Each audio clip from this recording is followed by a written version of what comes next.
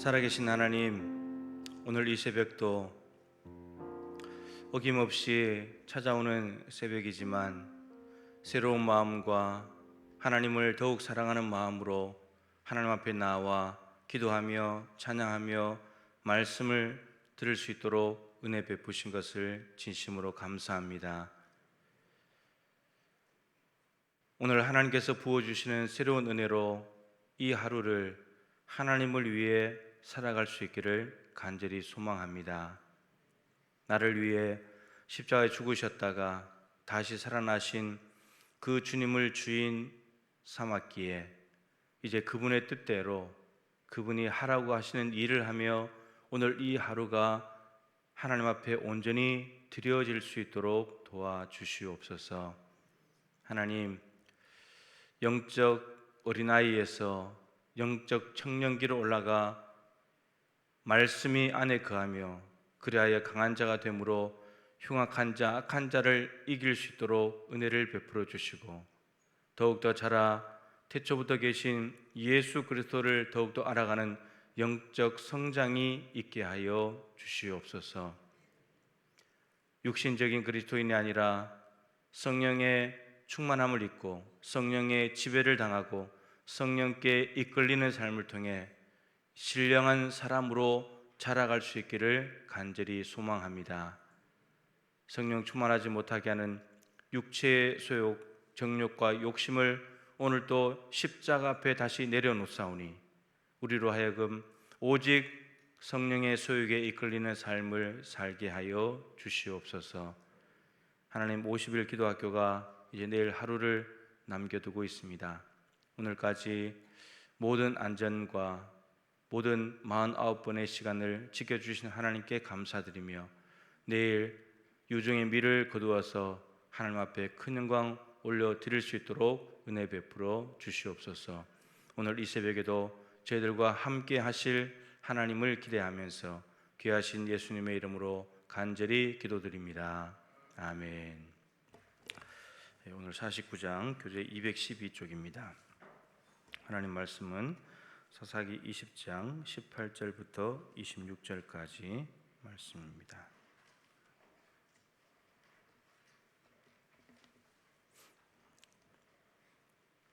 사사기 20장 18절부터 26절까지 교독하도록 하겠습니다.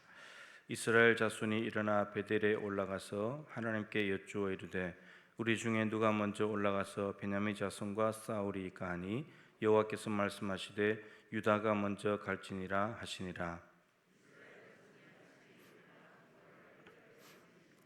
이스라엘 사람이 나가 베냐민과 싸우려고 전열을 갖추고 기브아에서 그들과 싸우고자 하매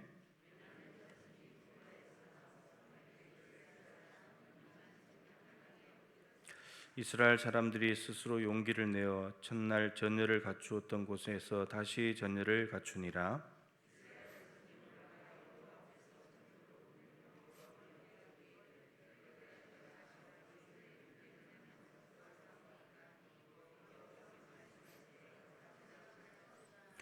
그 이튿날에 이스라엘 자손이 베냐민 자손을 치러 나아가매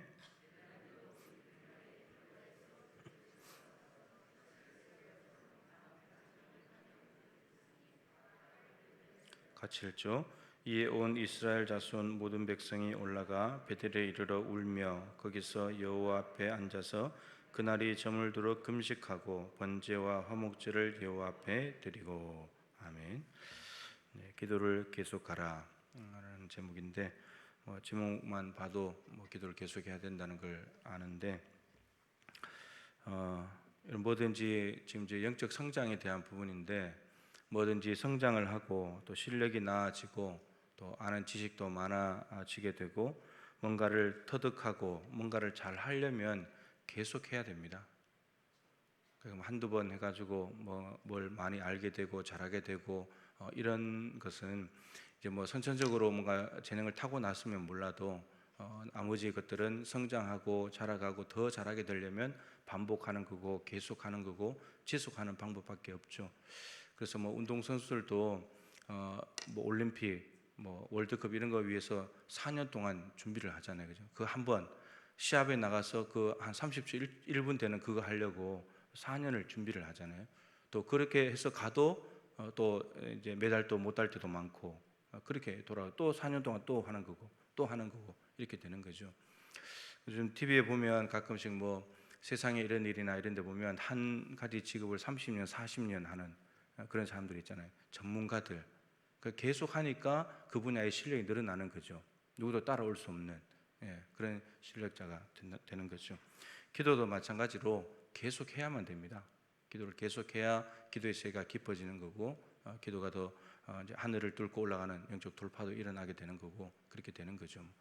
그래서 기도를 계속하는 것은 우리가 호흡을 계속해야 되듯이 당연한 일이다라는 건데 당연한 건데 근데 잘 안 되는 것이 또 한편으로 우리의 연약함이고 그렇습니다. 오늘 이제 내용이 사사기 내용인데 사사 시대는 뭐 영적으로는 한편으로는 정말 타락하고 부패한 시대이지만 또 하나님께서는 엘리야 시대 때도 이제 나중에 뒤에서도 그렇게 하시지만 영적으로 어두울 때 오히려 더 성령께서는 더 강력하게 역사하시는 일들이 많습니다. 사사 시대는 이제 전체적으로는 부패하고 타락했지만 하나님께서 그 이스라엘 백성들을 구원하시려고 사사들을 세우시잖아요. 또 사사들이 삼손을 비롯한 뭐 이런 사사들이 또 성령이 충만해요. 성령께 사로잡혀 가지고 그런 일들을 한다는 거죠. 근데 오늘은 사사 시대에서 이런 일이 있을까 싶을 정도의 이스라엘 백성들의 모습이 이제 드러나게 됩니다.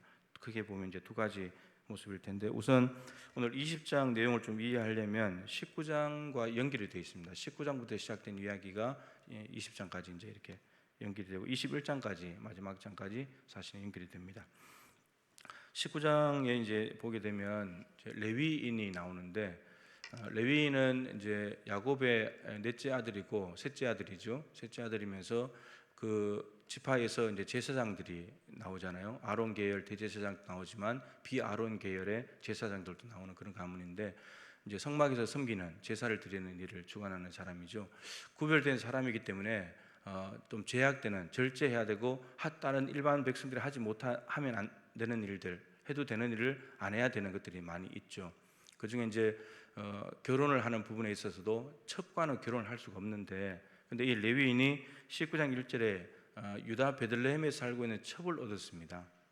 이것부터가 이미 사사시대는 타락을 한 거죠. 첩을 얻는다는 자체가. 근데 첩을 얻었는데 이 첩이 또 나가서 또 행음을 합니다.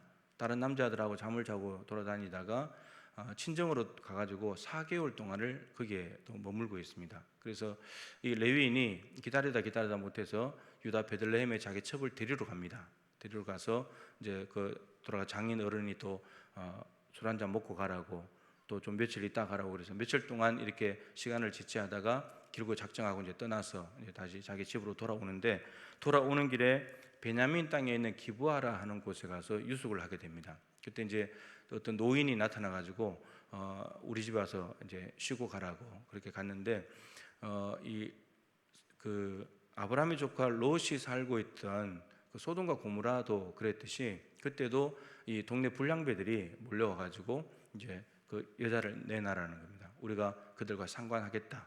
이 상관하겠다는 말이 이제 영어 성경으로 보면 명확해진데 이게 동침을 하겠다는 거거든요. 성관계를 맺겠다는 거예요.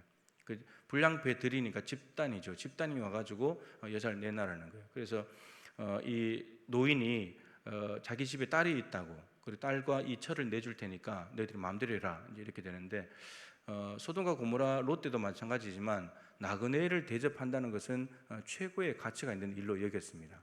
굉장히 중요한 일이었고 또 나그네를 잘 대접해야 되는 것이 율법에 있잖아요. 이스라엘 백성들이 애굽 땅에서 나그네가 되었었기 때문에 너희들 나그네가 되었던 너희들의 과거를 기억하면서 나그네가 너희 집에 오고들랑 잘 대접해야 된다. 이제 이런 율법의 정신이 있기 때문에 또 그건 또 철저하게 해요. 또 철저하게 하는데 그러다 보니까 이제 남자를 가까이 하지 아니한 이 노인의 딸을 내주고 그다음에 이제 첩을 내주는데 이 불량배들이 싫다는 거예요. 그 첩을 내놔라는 겁니다.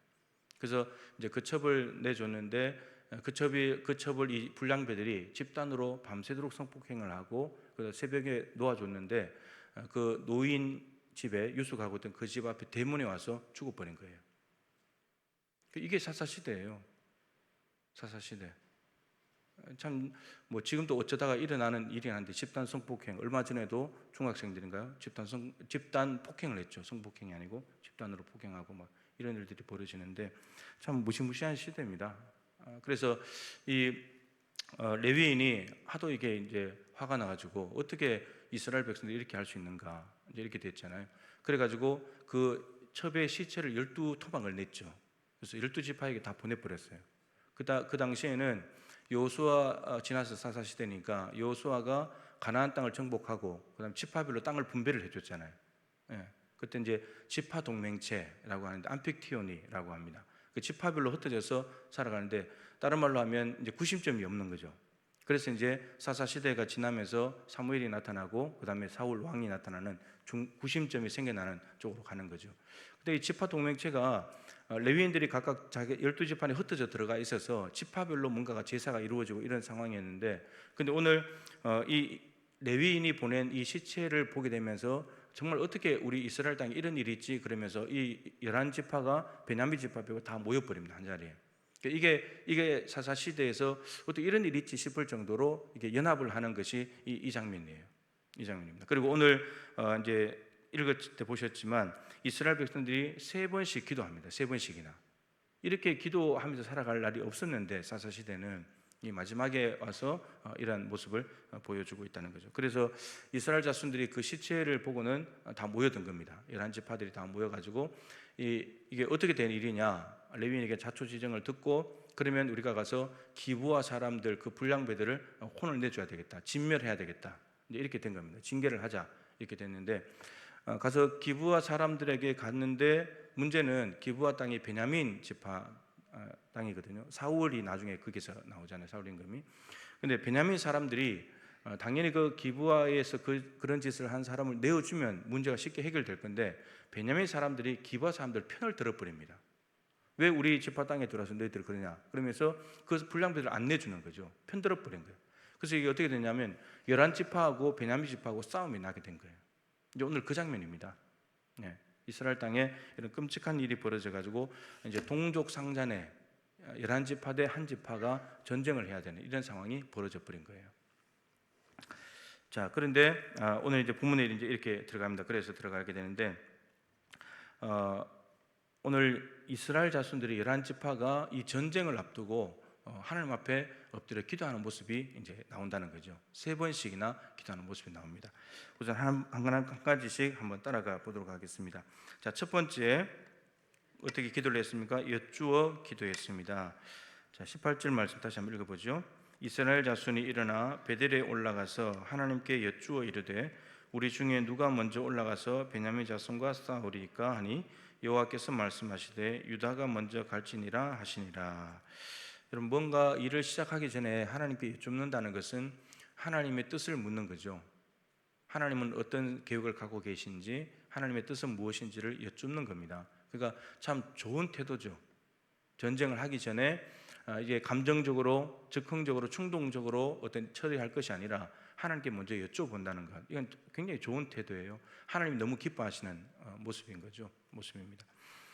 하나님의 뜻을 알기 위해서 여쭈었는데 여쭈면서 뭘 여쭈었냐면 누가 먼저 올라가서 베냐민 자손과 싸우리까. 그러니까 이미 전쟁을 하려고 생각을 하고 있었던 거죠. 전쟁을 하려고 생각하고 있으면서 누가 먼저 올라가야 됩니까? 라고 하나님께 질문을 했는데 하나님의 답이 왔죠. 뭐라 그랬습니까? 유다가 먼저 갈지니라. 11지파 중에서 유다 지파가 먼저 가면 좋겠다. 이렇게 됐습니다. 오늘 하나님께 여쭌 내용하고 응답이 온 내용을 잘 유심히 볼 필요가 있는데, 자, 기도하고 난데 하나님이 유다가 먼저 올라가라 그랬죠. 근데 올라갔습니다. 그 밑에 21절 결과가 나와 있습니다. 읽어보시죠. 베냐민 자손이 기브아에서 나와서 당일에 이스라엘 사람 22,000명을 땅에 엎드렸으나 누가 이긴 거예요? 베냐민 자손이 이긴 거예요. 얼마나 죽었죠? 이스라엘 자손이 22,000명. 어떻게 된 거죠? 하나님께 분명히 여쭈었고 유다가 먼저 올라가라고 해서 올라갔는데 결과는 패배를 당한 거예요. 22,000명이나 그러니까 이게 뭐 우리 감이 잘 안 오잖아요, 그죠? 22,000명이 죽었다는 거예요, 전쟁에서. 근데 잘 보세요. 분명히 누가 먼저 올라가서 싸우리까라고 물었는데 하나님은 제대로 응답을 했습니다. 유다가 먼저 가라. 근데 하나님이 말씀하지 않은 게 있죠. 뭘 말씀 안 했습니까? 누가 이길지는 말하지 않았어요. 승패는 말하지 않았다고요. 그냥 유다 지파가 먼저 올라가라고 한 것뿐이죠. 이게 별것 아닌 것 같지만 굉장히 중요해요. 마지막에 가서 마지막 세 번째 기도했을 때 하나님이 답을 보면 하나님이 구체적으로 답을 하기 때문에 이렇게 하나님께서 답을 하신 것은 이대로 정확하게 된 거예요, 사실은. 그러니까 하나님은 어떤 면에서는 이렇게 한 번 더 반복하게 되잖아요. 거기까지 하고 설명을 하죠. 자, 문제는 이스라엘 자손이 패배를 했습니다. 11지파가 패배를 당했는데, 근데 첫 번째 기도는 사실 기도대로 응답이 됐어요. 근데 이 책의 저자는 지금 응답되지 않았지만 포기하지 않고 또 했다 이렇게 되는데, 물론 이기려고 하는 마음을 가지고 했겠죠. 혼내주려고 했으니까. 근데 하나님의 생각은 다른 거예요. 질문한 대로만 답을 해준 거예요. 누가 먼저 갈까 했더니 유다가 먼저 가라. 물은 대로만 대답을 해드린 거죠. 승패는 말하지 않았어요. 자, 두 번째, 이렇게 한번 실패하고 나니까 어떻게 했습니까? 두 번째, 울면서 기도했습니다. 23절 말씀이죠. 다시 한번 읽어보겠습니다. 이스라엘 자손이 올라가 여호와 앞에서 저물도록 울며 여호와께 여쭈어 이르되 내가 다시 나아가서 내 형제 베냐민 자손과 싸우리까 하니 여호와께서 말씀하시되 올라가서 치라 하시니라. 이번에는 어떻게 하냐? 여호와 앞에서 날이 저물도록 울고 있습니다. 울어요. 왜 울었을까요? 졌으니까 우는 거죠. 이제 하나님의 마음을 좀 읽어야 되는데, 하나님이 분명히 올라가라고 했는데 패배를 당했잖아요. 근데 울면서 하나님 앞에 다시 나아가서 베냐민 자손과 싸우리까. 근데 이들의 표현을 보세요. 내 형제 베냐민 자손과 싸우리까 이렇게 물었어요. 그러니까 자기들도 아는 거죠. 형제와 싸우고 있다는 걸 지금. 근데 하나님께서 뭐라 그러셨죠? 싸우러 갈까요? 물었더니 하나님의 답이 올라가서 치라. 이번에도 뭐가 없어요? 승패가 없어요. 올라가서 치면 이긴다든지 어떻게 되는지 결과가 없거든요. 근데 올라가서 또 어떻게 됩니까? 25절 읽어보시죠. 베냐민도 그 이튿날에 기브아에서 그들을 치러 나와서 다시 이스라엘 자손 18,000명을 땅에 엎드려뜨렸으니 다 칼을 빼는 자였더라. 또 누가 이겨요? 베냐민이 이겨요. 몇 명이 죽었어요? 이스라엘 자손? 18,000명. 앞에 22,000명, 18,000명 몇 명 죽어요? 4만 명. 순천 도시 7분의 1이 사라진 거예요. 분명히 하나님이 전쟁을 하라고 해서 한 건데, 근데 4만 명이 죽었어요. 하나님의 마음을 이제 좀 행간을 통해서 읽어야 되는데, 하나님 마음이 뭘까요? 왜 지게 만들까요? 이스라엘 자손이 지금까지 이렇게 연합한 적이 없고 하나님 앞에 이렇게 기도한 적이 없는 데서 사시대에 늘 타락하고 부패하고 그렇게 살았는데, 사사가 활동할 때 잠깐 하나님께 엎드리고 그러다가 또 부패하고 이게 반복되는 역사였는데, 근데 왜 하나님께서 올라가라고 말씀하시고 전쟁하라고 했는데 결국은 패배를 당하고 돌아오냐 이거예요. 하나님의 마음이 뭘까요? 하나님이 싸우기를 지금 원하시는 거예요? 안 원하시는 거예요? 원하지 않는 거예요. 싸우기를 원하지 않는 거예요, 하나님이. 그런데 이스라엘 자손이 자꾸 하나님께 때를 쓰니까 하나님 답은 주시는데 승패는 말하지 않았거든요. 두 번씩이나 실패를 해요. 이제 기도에 대한 것만 보고 이렇게 좀 따라가야지 오늘 책의 내용을 좀 충실히 이해를 하게 돼요. 전체적인 분위기를 이해하게 되면 이러다가 결국 21장에 가면 이스라엘 자손들이 후회를 하거든요. 베냐민 지파 하나 자체가 없어지게 생겼기 때문에. 세 번째는 베냐민 지파를 이기거든요, 이스라엘 자손이. 그러니까 12지파 항상 12를 맞춰야 되잖아요. 완전수니까 맞춰야 되는데 한 지파가 없어지게 생겼기 때문에 그때 후회하면서 또 자기들이 이스라엘 자손들이 스스로 베냐민 그 지파에 남아있는 사람들에게 자기 아내들을 얻어줘요. 또 그러면서 12지파를 완성을 하거든요. 결국은 하나님은 싸우기를 원치 않았던 거예요. 싸우기를 원치 않았는데, 근데 자꾸 이제 싸우겠다고 하니까, 이미 싸울 것은 작정하고 와서 하나님께 물으니까 하나님 그렇게 답을 주시는 거예요. 자, 두 번째까지 실패하고 난 뒤에 세 번째 이스라엘 백성들이 어떻게 하냐? 이 포기를 또 안 해요. 또 이스라엘 자손들이 포기하지 않고 또 기도합니다. 세 번째 어떻게 했죠? 금식하며 기도했습니다. 이게 한 개 더 붙인다면 울면서, 울며가 또 나와요. 울면서 기도했습니다. 왜 울었을까요? 그 사실은 하나님은 지금 이스라엘 자손들끼리 싸우는 것 때문에 하나님은 마음이 아픈 건데, 근데 이스라엘 자손은 자기들이 진 것 때문에 우는 거예요. 하나님과 다른 눈물을 흘리고 있는 거죠. 자, 26절 말씀 읽겠습니다. 이에 온 이스라엘 자손 모든 백성이 올라가 베델에 이르러 울며 거기서 여호와 앞에 앉아서 그날이 저물도록 금식하고 번제와 화목제를 여호와 앞에 드리고 울며 금식하고 하나님 앞에 제사까지 드렸습니다. 그래서 사실은 본문이 좀 더 가야 되는데 27절에 이스라엘 자손이 여호와께 물으니라 이 말씀이 있어요. 27절에. 그리고 언약궤가 있는 베델에 있다. 언약궤가 베델에 있었다. 이렇게 표현이 되어 있고, 근데 28절이 사실은 오히려 하나님께 다시 세 번째 기도하는 내용이거든요. 28절에는 이스라엘 자손이 여쭈기를 우리가 다시 나아가 내 형제 베냐민 자손과 싸우리까 말리이까. 이제 좀 기도가 달라졌죠, 그죠? 두 번 실패하고 나니까 싸우러 가야 됩니까? 안 가야 됩니까? 이렇게 이제 물었어요. 그랬더니 하나님께서 답이 왔습니다. 여호와께서 올라가라. 또 전쟁하러 가라는 겁니다. 올라가라. 근데 내일은 내가 그를 내 손에 넘겨주리라. 어떻게 된다는 겁니까? 승리한다는 거죠. 그 두 번 하나님께 질문했을 때는 그냥 싸우러 가라, 쳐라. 이스라엘 백성들이 물은 대로만 하나님 답을 해주셨는데, 세 번째는 하나님 우리가 다시 또 가야 됩니까? 말아야 됩니까? 이렇게 물었는데 하나님께서는 약속하시기를 이제 성공하게 된다, 이기게 된다는 약속까지 말씀을 해주신 겁니다. 그래, 어떻게 보면 이제 오늘 이 제목에 충실한다면 이스라엘 자손들이 끈질기게 포기하지 않고 기도해서 하나님께서 마침내 이제 승리하게 하시는 응답을 주셨다, 이렇게 이해를 하는 것이 오늘 내용에는 충실한 거예요. 근데 실제적으로 이스라엘 백성들, 이스라엘 자손 11지파, 베냐민 지파 1지파인데 전쟁의 승패로 말한다면 1승 2패죠. 그죠? 이스라엘 자손 1승이고 베냐민이 2승인데, 근데 여러분 지파들 자기들끼리 1승 2패, 2승 1패 해본들 뭐가 유익합니까? 아무런 도움도 안 되는 거예요. 오히려 앞에 두 번 이겼던 베냐민 지파가 오히려 이스라엘 자손이 마지막에 한 번 이김으로써 이 베냐민 지파가 지금 없어지게 생겨버렸는데, 결과적으로는 그렇게 한다고 해서 말씀 21장의 결론을 말씀드렸지만 이스라엘 자손이 베냐민 지파 이겼다고 기쁘냐? 안 기뻐요. 안 기쁜 거예요. 그래서 이게 세 번씩이나 두 번씩이나 4만 명이 죽었는데도 불구하고 계속해서 하나님 앞에 기도했다, 하나님께 여쭈었다는 태도는 매우 중요한 태도이지만, 근데 결과적으로 봤을 때 하나님은 너희들 왜 싸우냐, 너희들끼리. 하나님은 그게 싫은 거예요. 그러니까 이스라엘 자손과 베냐민 1승 2패, 2승 1패지만 하나님은 3승을 하시는 겁니다. 하나님이 세 번 이기는 거예요. 하나님의 뜻을 이루어 가시는 과정이거든요. 너희들 이렇게 하면 안 된다는 거죠. 네. 형제들 간에 왜 그러냐는 거예요. 네. 그래서 하나님의 마음이 이 계속되는 기도의 과정 속에 들어있는데, 이스라엘 자손들이 전쟁이 다 끝나고 난 뒤에 한 지파가 없어지게 생겼을 때야 비로소 깨닫게 됩니다. 그런데 사사시대의 결론은 21장 25절은 그때에 이스라엘의 왕이 없으므로 사람들이 각기 자기 소견에 옳은 대로 행하였더라. 이게 사사시대 결론이에요.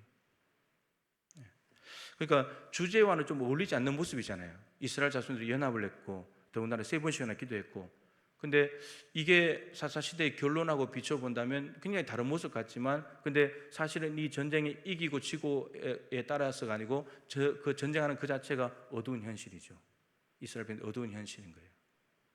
네. 기도를 세 번씩이나 한 것은 기도 자체만 보면 훌륭한 일이지만 전체적인 분위기를 보면 이게 그렇게 훌륭한 일이 아닌 이런 거라는 거죠. 네. 하나님의 마음을 세 번씩이나 못 박은 거예요. 사실은 하나님의 마음에. 베냐민은 이겼다고 좋아했겠지만, 마지막에 이스라엘 이겼다고 좋아했겠지만 하나님께는 못을 한 번씩 박는 거죠.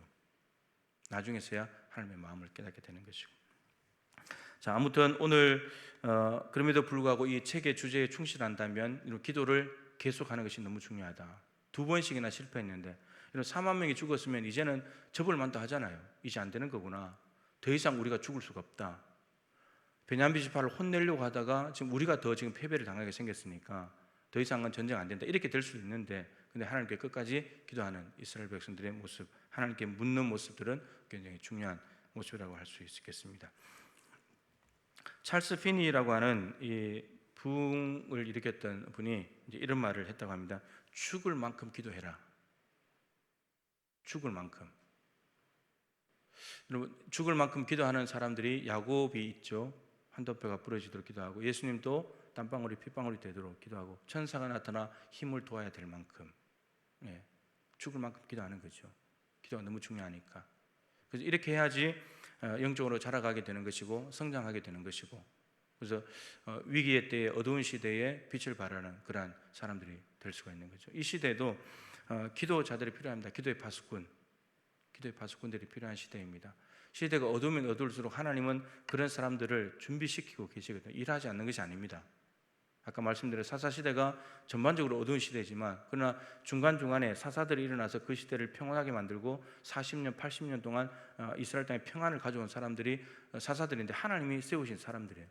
몇몇 지파에서 하나님이 사람을 세워서, 삼손 같은 경우는 하나님이 블레셋으로부터 구원하시려고 아들을 보냈잖아요. 삼손을, 임신 못하는 엄마한테. 이미 계획을 가지시고 사람을 보내신다는 겁니다. 이런 하나님의 역사를 보면, 지금 아무리 시대가 어둡고 교회가 바닥을 쳐도 여러분, 지금 하나님께서는 사람들을 준비시키고 계시고 일하는 사람들이 필요하다라고 하는 거죠. 제가 이제 어떤 분의 이야기를 들었는데, 우리 순천노회에 속한 교회 200개 교회인데 여수노회에 속한 교회들이 210개 교회 정도 된답니다. 근데 100년이 넘은 교회, 100년이 넘은 교회가 여수노회에서 최근에 한 개 있대요. 한 개. 그럼 이 말은 다르게 말하면 100년 전에 여수에는 교회가 하나밖에 없었다는 거죠. 100년 전에. 근데 지금 100년이 지난 뒤에 교회가 210개로 늘어난 겁니다. 통합적으로 봤을 때. 근데 영성은 어떠냐? 그때가 훨씬 낫다는 거예요. 영성은, 하나님과의 관계는, 신앙적인 뜨거움은 그때가 훨씬 낫다는 거예요. 지금 210개 교회 되지만 정말 목회자들이 많이 타락하고 부패하고 이런저런 이야기를 많이 들었어요. 참 저런 일도 있구나, 그렇게 싶을 정도로. 그러니까 이게 사람이 많다고 해서 반드시 영적으로 뛰어나고 이런 게 아닌 거죠. 그런 게 아닌 겁니다. 오히려 시대가 어둡고 가난하고 못 살고 힘들 때 훨씬 더 영적으로 뛰어난 겁니다. 그렇죠? 훨씬. 근데 우리는 자꾸 편안하고 안락한 삶을 또 기도하잖아요. 근데 그거를 잘 조절하지 못하면 오히려 내가 구한 것을 가지고 내가 자멸하는 건데, 근데 그런 걸 조절할 능력이 또 안 되잖아요. 근데 갖고는 싶고 그런 겁니다. 오히려 없을 때 가난한 심령이 되니까 하나님을 더 의지하게 되고 이제 이렇게 되는 거거든요. 그래서 물질적인 풍요로움이 많아지게 되면 영적으로는 타락하게 됩니다. 부패하게 되고, 잘 쓰지 않는다면, 잘 조절하지 않는다면 위험 요소를 오히려 내가 구하고 있는 셈이 되는 거죠. 그렇다고 해서 하나님이 복을 주셨는데, 우리가 달라고 해서 주셨는데 복 주신 하나님을 탓할 수는 없잖아요. 그 복 때문에 내가 영적으로 망했다고 하나님을 탓할 수는 없는 거잖아요. 내가 조절을 못한 거지. 그런 겁니다. 기도와 영적 성장은 인내가 필요하다는 것, 끈질김이 필요하다는 것, 포기하지 않는 마음이 필요하다는 것을 오늘 다시 확인을 했습니다. 출애굽기 24장을 참 많이 말씀드렸죠. 하나님께서 모세 보고 시내산에 올라와라. 올라갔는데 6일째가 되도록 말씀을 안 하세요. 6일째가 됐는데 분명히 시내산에는 구름이 와 있어요. 구름이 왔다는 것은 무엇을 의미하는 거죠? 하나님이 그 안에 임재 계시다는 거죠. 하나님, 구름이 없었다면 하나님이 아직 안 오셨는가 보다 하고 기다리면 되는데, 구름 기둥이 분명히 왔는데 하나님이 말씀 안 하세요. 6일 동안에. 그래서 모세가 내가 잘못 듣고 올라왔는가? 해발 2,400m인데. 근데 그렇게 생각한 것이 아니라 하나님께서 분명히 말씀하실 거다. 끈질김으로 기다리는 거예요. 여러분, 그 이스라엘 평지가 낮에는 영상 40도 올라가고 밤에는 영하로 떨어지는데 2,400m로 올라갔으니까 얼마나 뜨겁겠어요. 낮에는. 밤에는 얼마나 춥겠어요. 거기는 바위밖에 없어요. 붉은 바위. 시내산에 가보신 분들 알겠지만 붉은 바위밖에 없어요. 뭐 더위를 피하거나 추위를 피할 데가 없어요. 잠잘 데도 없고 그냥 거기 자야 되는 거예요. 바위 틈 사이에서. 뭐 TV가 있습니까? 인터넷이 있습니까? 책이 있습니까? 스마트폰이 있습니까? 뭐가 아무것도 없잖아요. 근데 하나님이 분명히 올라오라고 해서 올라갔는데 하나님 말씀 안 하시는 거예요. 근데 모세가 그 6일을 기다립니다. 내려오지도 않고 기다린 거예요. 사모하는 마음으로 하나님이 반드시 말씀하실 것이라는 믿음을 가지고. 그랬더니 7일째 하나님께서 말씀하시기 시작하셨죠. 그때 그 말씀이 성막을 지으라는 말씀이었습니다. 40일 동안, 일주일 6일 동안 있었는데 7일째부터 말씀하시기 시작하시고 40일 동안 성막에 대한 정보를 하나님께서 다 알려주셨죠. 하늘 성막을 보여주시면서 이대로 지어라. 그리고 32장에 금송아지 사건이 있을 때 그때 내려오잖아요. 네, 이렇게 되는 겁니다. 그러니까 모세가 굉장히 끈질기게 인내함으로 하나님 앞에 계속 기도하면서 기다렸더니 마침내 하나님께서 말씀하시더라. 그 말씀은 시내산에 임했던 하나님의 영광, 모세만 올라가서 대면하면서 말씀을 나눴던 그 하나님의 영광이 이스라엘 백성들 땅에 한복판으로 내려오신다는 것, 하나님의 영광이 이동하신다는 것. 여러분 얼마나 기가 막힌 복음입니까? 저 위에 떨어져서 계시던 하나님, 그냥 구름만 쳐다보던 하나님이 이스라엘 백성들 한복판에, 진영 한복판에 내려오셨다. 어젠가 그저께 봤잖아요. 여호와를 앙모하는 자는 다 회막에 나아갔다. 하나님을 만나고 싶은 사람들, 이제 누구든지 갈 수 있는 거예요. 누구든지 이런 길이 열려지게 되는 겁니다. 그 말씀을 모세가 포기하고 내려왔더라면, 내가 잘못 들었는가 하고 내려왔더라면 성막에 관한 말씀을 못 듣게 되는 거죠. 하나님의 영광이 삶의 한복판에 오는 것을 받아들이지 못하게 된 거죠. 그러니까 끈질기게 기다려야 하나님의 놀라운 비밀과 계획을 알게 된다, 이런 겁니다. 여러분 포기하지 마십시오. 믿음은 기다림으로 완성되는 겁니다. 기도의 가장 힘든 점은 기다리는 거죠. 하나님의 때까지 하나님이 주실 것을 기다리는 겁니다. 그래서 계속해서 기도하면서 끝까지 기다리면 하나님께서 가장 적절한 때에 가장 좋은 것으로 여러분의 가슴에 안겨주실 것입니다. 그런 하나님의 응답을 경험하는 기도의 인내자들, 끈질기게 하나님 앞에 매달리는 저와 여러분, 우리 교회가 될 수 있기를 간절히 바랍니다. 교회학교 기도 31번째 기도 함께 하겠습니다. 사랑의 하나님, 수많은 고통과 죽음 앞에서 우리들은 좌절하고 낙망하게 됩니다. 주님, 주님을 믿는 모든 사람들이 이 땅에서의 죽음은 영원한 기쁨과 생명으로 들어가는 통로임을 기억하게 하소서. 저희 자녀들이 이러한 부활의 소망을 가지고 영원한 하나님 나라를 희망하며 삶 속에서 증거하며 살게 하소서. 아멘. 예, 코로나로 인해서 이제 여기저기서 생명들이 이제 떠나가니까 부활에 대한 기도를 하고 있습니다. 정말 죽었다가 나중에 부활하는 것도 있겠지만 이 땅에서 회복되고 치유되고 문제가 해결되는 것도 이 땅에서 경험하는 부활입니다. 예. 여러분들이 기도해 주셨던 허통 최은주 선교사님, 사모님은 퇴원을 했습니다. 치료를 다 마치고. 예. 허통 선교사님이 이제 좀 다른 부분에 좀 문제가 있어서 아직 염증 수치가 조금 있어서 이제 치료를 받고 있는 중이라고 합니다. 우리 신학교 동기들이 다 기도하고 있고 그 교회 교인들이 기도하고 있고 여러분들이 기도하셔서 하나님께서 은혜를 베풀고 계시는 과정입니다. 감사드리고요. 계속 기도해 주셔서 완치되어서 다시 복음의 현장으로 돌아갈 수 있도록 기도해 주시면 좋겠습니다. 오늘 우리 김대철 선교사님 여기서도 기도해 주시고, 저 교회학교 기도 제목 우리도 부활에 대한 소망을 가지고, 이런 부활을 믿게 되면 이 땅에서 얽매이지 않게 됩니다. 힘든 것들을 이겨내게 되고요, 죽음이 두렵지 않게 되고 이렇게 됩니다. 그게 정말 부활을 믿는 사람의 특징인 거죠.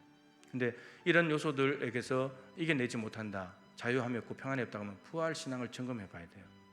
내가 정말 부활을 믿는가, 실질적으로 돌아올 필요가 있어요. 그래서 부활 신앙을 가지고 살아가는 우리가 되게 달라 기도하시고, 내일 마지막 날입니다. 여러분 마지막까지 최선을 다하고 정말 49일 동안에 새벽에 차량이 아무 사고 없이 운행된 것이 너무 감사하고, 찬양팀들 50일 동안 수고를 하는 거예요. 위에서 기도해 주셔서 잘 마무리하면서 누구보다도 더 큰 은혜가 있게 달라고 기도해 주시면 고맙겠습니다. 기도하시다가 평안히 돌아가시기 바랍니다. 기도하겠습니다.